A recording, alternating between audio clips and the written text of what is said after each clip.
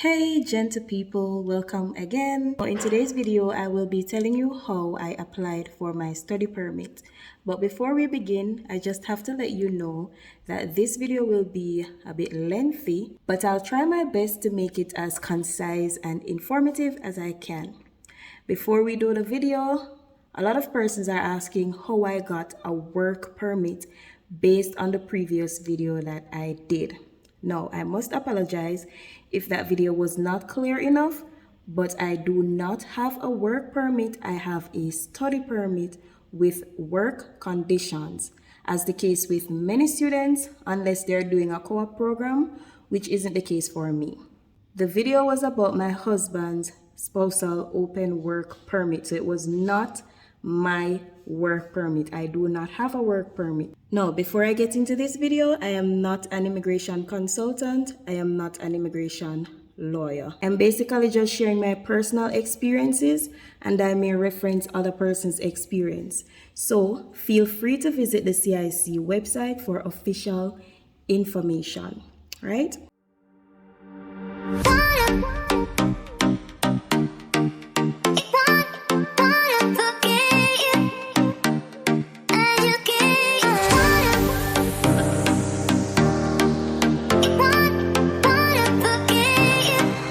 So after applying and getting accepted in a designated learning institution, you now want to go ahead and apply for your study permit, which I'm going to show you how to do now.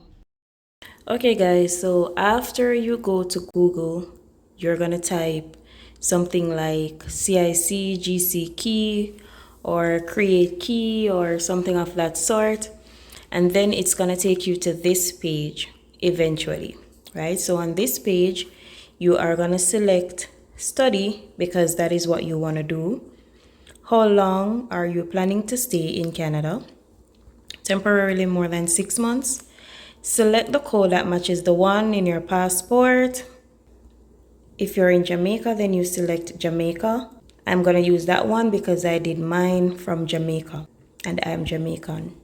The next one, do you have a family member who is a Canadian citizen or permanent resident and is 18 years or older? It is defined as a spouse or common law partner, dependent children, and their dependent children. So it is not cousin, brother, whatever the other relations are.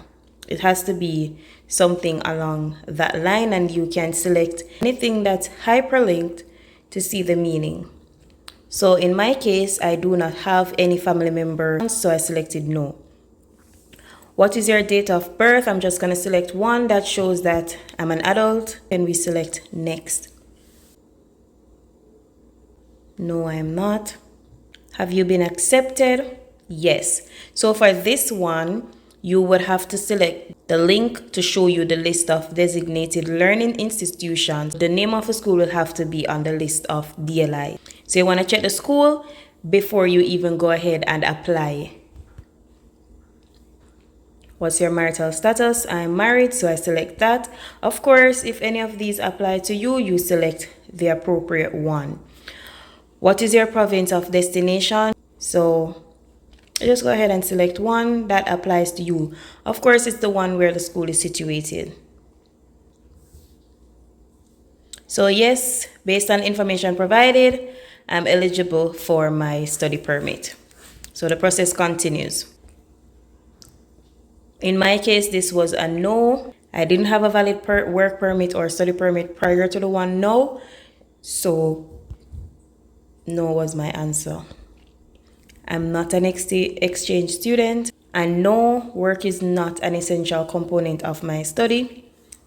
Are you a spouse, common law partner, or child of certain skilled worker or of certain full-time international student that has or will have status in Canada? No, because I'm the main applicant, and that did not apply to me. No, I'm not any recipient of the following programs, so I selected no. Are you accompanying a family member that has status in Canada or has recently been approved to come to Canada? No. And I have never committed anything of such. Neither did I do a checkup. No, I did not or at least not for 6 consecutive months in the last year. So you want to check that. You can just Google and it will tell you the list of them. Do you want to submit an application for a family member? I selected no, because at the time of applying, my husband was not applying with me, so I selected no. And here I selected no because I did it on my own. I didn't have a representative, neither did I release my information to anybody. And it's my first time to Canada, so I didn't have any fingerprints. Yes, I'll be paying for my fees. Yes, I'll be able to make digital copies, and I will be paying using one of those cards. And again, here you can always go back and edit the information if you think that you made a mistake, or if you want to change something, you can always go back and edit. But in this case, I'm not editing anything. So here, I will continue to submit my application. So on this page, you need to fill out 3 forms. And these are the application for study permit made outside of Canada, because I was outside of Canada at the time of the application, the family information form, and application for temporary resident visa made outside of Canada. That came up because I selected that I did not give my biometrics. It's my first time here in Canada, and so I need a visa to travel. And these are the fees that are associated with the application. Now, before I get into the forms, because I will have to explain those later on, let me just go through the other requirements. The first thing is the passport. And of course, as you know, the bio page, any stamps or visas that you have, you take photos of those and you create a PDF file and upload it as one file. The letter of acceptance, you're going to need that from the school that you applied. You simply, if it's more than one, in my case, I had about 3 letters because I was conditionally accepted. I didn't send in my degree, and then it became unconditional when I sent in my degree, and then they sent me like a final letter to say she's a student, yada yada yada. So I had to put those together in one PDF file. Proof of means of financial support. So this is very important. You have a whole list here. We're not saying that you should go ahead and upload everything or try to find everything, but upload as many as you can. So your bank statement, that is what I uploaded, and as it says, for the past 4 months. So we're now in September, so it would be August, July, June, May, and then the current. My interpretation was 4 months before and then the current month. So whatever your interpretation is, you can go ahead and work with that. I also uploaded pay stubs. I didn't upload an employment letter. A proof of payment of tuition. A lot of persons say if you don't pay your tuition, then the officers are not gonna give you the permit. I did not pay $1 and I got my permit. But you want to explain everything in your letter of explanation. Let me just add that if you have a close family member, they can write you a letter to say, I'm supporting XYZ because he or she doesn't have enough money. Well, not in so many words or in those words, but you know, they can write to say that they will assist you, and persons have been granted the visa with that explanation. Also, I know persons are going to ask, so let me just state it, that if you have a large sum in one account, so you save with X bank and you want to transfer it to Y bank, please transfer it from now, like early out before the 4 months, because remember the bank statement will have to show 4 months. You do not want to transfer it last week knowing that next week you are going to go for the visa. They're going to say that somebody lent you the money and you do not want to be denied. Persons have been denied on that basis according to them. So you want to be sure that if you're sending the money, you send it in advance before the 4 months. Don't just send it the day before and then you expect that they're gonna think or know that this is my money and I didn't borrow it, I'm just transferring it from one bank to another. Don't run the risk.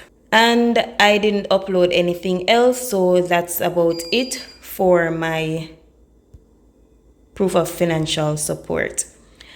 And as it relates to the digital photo, here are the outlines. You just follow them.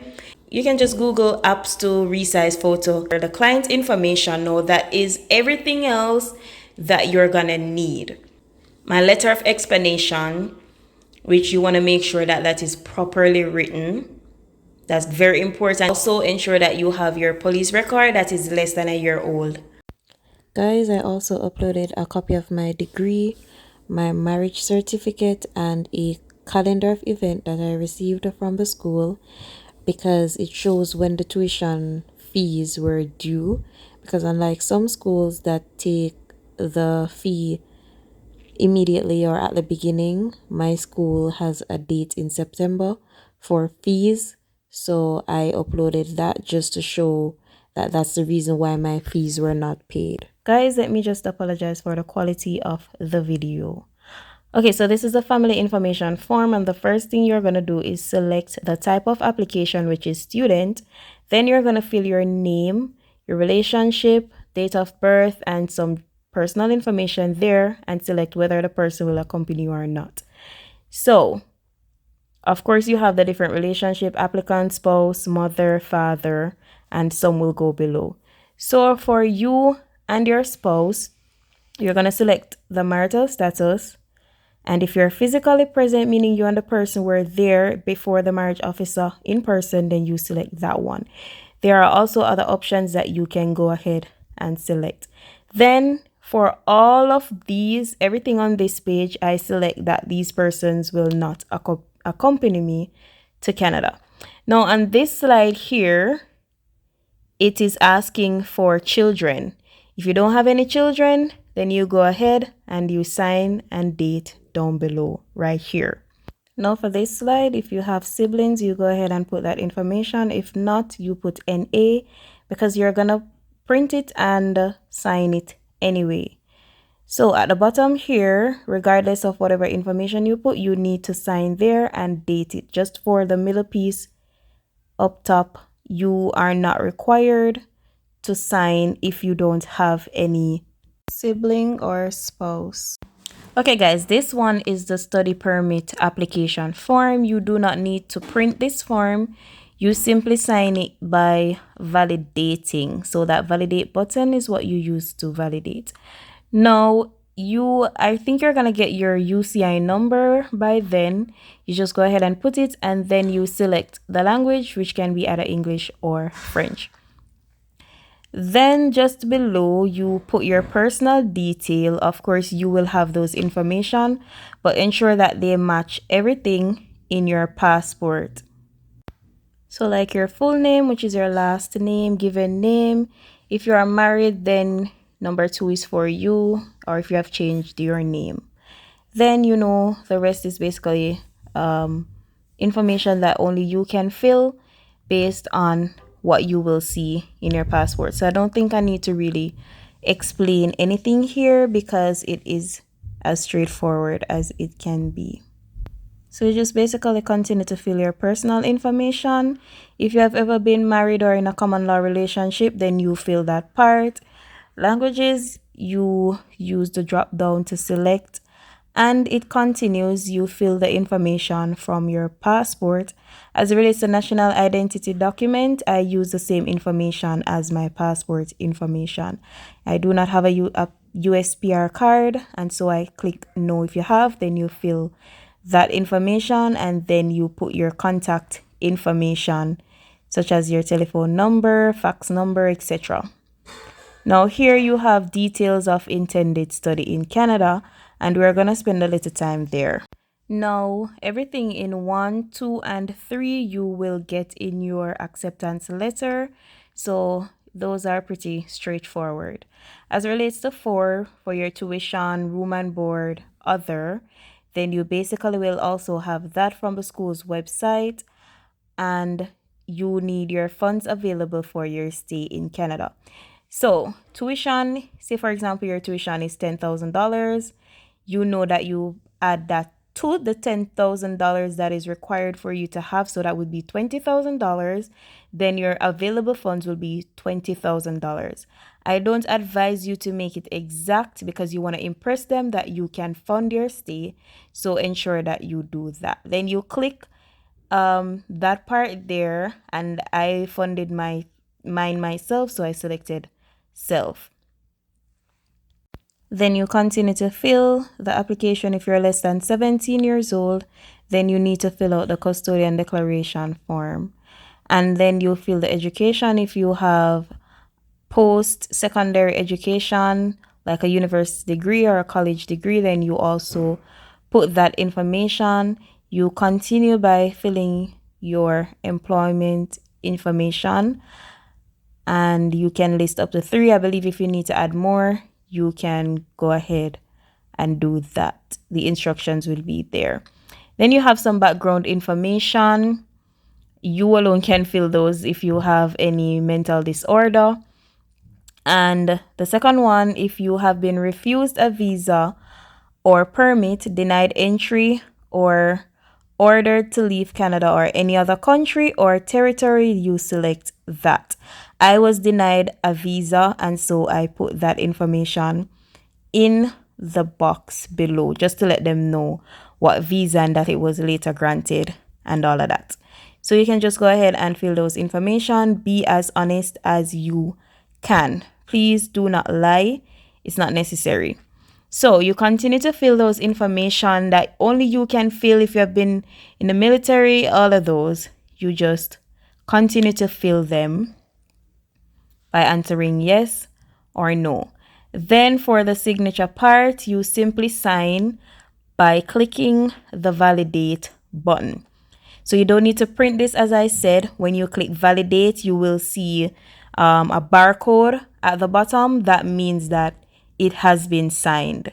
There's a validate button. As with the previous form for the application for temporary residence, you don't need to print. You just validate and that will sign it for you. So the first thing you want to do is indicate that you are the principal applicant, because in this case, you are applying for the study permit. So after you click that, then you fill your personal information by putting your full name, family name first, which is your last name for a given name.